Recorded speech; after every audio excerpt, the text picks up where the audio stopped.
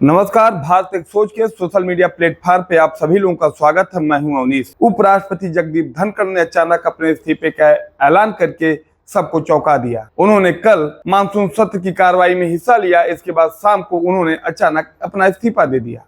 इसके पीछे उन्होंने अपने स्वास्थ्य कारणों का हवाला दिया। उन्होंने शाम को राष्ट्रपति को अपना इस्तीफा भेजा। अगर देखा जाए तो उपराष्ट्रपति के तौर पे ये देश के 14वें उपराष्ट्रपति थे। इनका कार्यकाल अभी 10 अगस्त 2027 तक था। 2022 10 अगस्त को इनको उपराष्ट्रपति बनाया गया था। अगर इनके व्यक्तिगत जीवन की बात करें तो ये राजस्थान के झुंझुनू जिले में पैदा हुए थे। इनके पिता किसान थे और इनका परिवार जाट समुदाय से आता था। शुरुआती शिक्षा इन्होंने राजस्थान विश्वविद्यालय से ग्रहण की। उन्होंने बीएससी के बाद एलएलबी किया।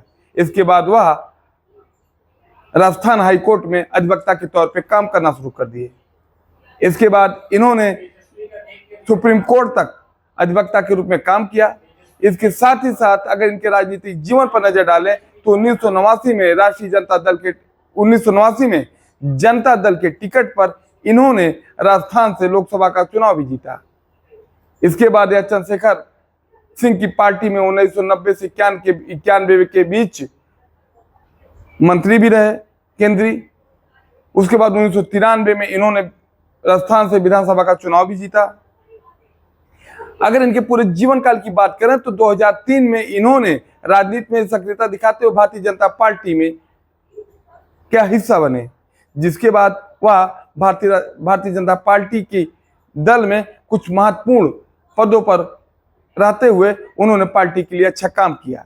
जिसके बाद 2019 में इनको बंगाल का गवर्नर बनाया गया और वहां पर उन्होंने बंगाल में गवर्नर रहते हुए उन्होंने देश के उपराष्ट्रपति के रूप में भी इनका नाम सामने आया। जिसके बाद भारतीय जनता पार्टी की तरफ से इनको पूरा समर्थन दिया गया और वह देश के 14वें उपराष्ट्रपति बने। अगर बात किया जाए तो उपराष्ट्रपति राज्यसभा का पदेन सभापति होता है। अब इनके इस्तीफे के बाद राज्यसभा में पदेन सभापति के रूप में ये पद अपने आप खाली हो गया। वहीं अब इसे लेकर तरह तरह की चर्चाएं तेज हो गई हैं। ऐसा कहा जा रहा है कि अब देश में किसको फिर से उपराष्ट्रपति बनाया जाएगा। इसे लेकर कई लोगों का नाम सामने आ रहा है। लेकिन इसी बीच कांग्रेस की तरफ से जगदीप धनखड़ को लेकर एक बयान जारी हुआ है। अगर देखा जाए तो कांग्रेस जयराम रमेश ने पीएम मोदी को एक सजेस्ट करते हुए कहा कि अगर प्रधानमंत्री उनसे कहें कि वो अपने इस्तीफा ना दें। वैसे देखा जाए जिस तरीके से विपक्ष लगातार जगदीप धनखड़ को लेकर हमलावर नजर आ रहा था, अगर देखा जाए तो विपक्ष ने उपराष्ट्रपति जगदीप धनखड़ के खिलाफ अविश्वास प्रस्ताव भी ले आया था। ऐसा माना जाता था कि विपक्ष से उनके तालमेल, उनके संतुलन अच्छे नहीं है। उसका कई राज्यसभा की बहस में इस सब सारी चीजें देखने को मिली।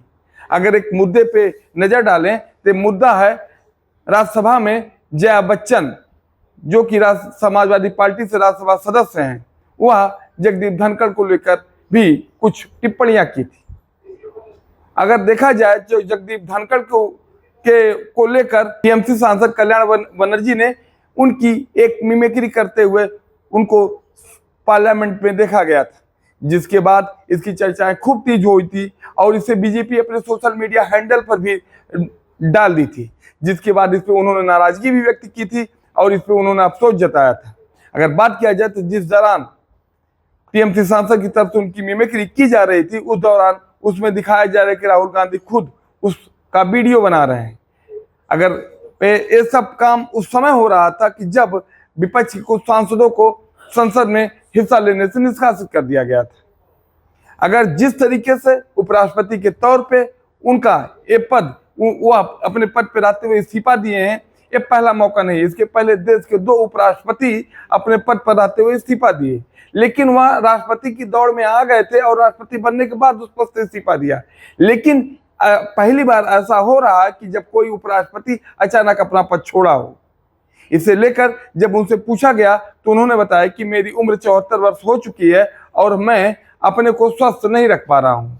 हमको डॉक्टरों ने सलाह दी है कि अगर आपको स्वस्थ रहना है तो शक की राजनीति से और शक की सियासत से दूर होना पड़ेगा, जिसलिए अब हम इस पद से इस्तीफा दे रहे हैं।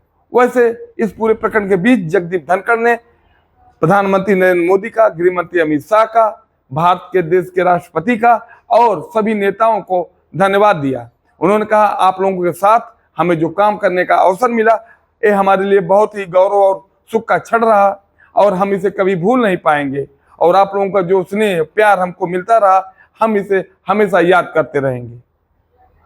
जिस तरीके से जगदीप धनखड़ लगातार सुर्खियों में इसलिए भी रहे क्योंकि वह अपने बेबाक बयानों के लिए भी जाने जाते थे।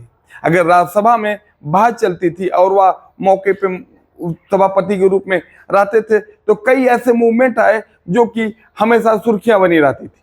लेकिन अचानक उनके इस्तीफे से देश की सियासत में एक नया मोड़ आ गया है। अब देखना दिलचस्प होगा कि आखिर में देश का अगला उपराष्ट्रपति कौन होता है। अब भारतीय संविधान की अगर बात करें तो इसमें देश में उपराष्ट्रपति के पद को मैक्सिमम 6 महीने के अंदर भर लेने होंगे। अब एक कयास लगाया जा रहा है कि आखिर में किसे भारतीय जनता पार्टी या एनडीए अलायंस किसे नया उपराष्ट्रपति बनाती है। इसे लेकर कई लोगों के नाम की चर्चा हो रही है, जिसमें राजनाथ सिंह से लेकर नीतीश कुमार से लेकर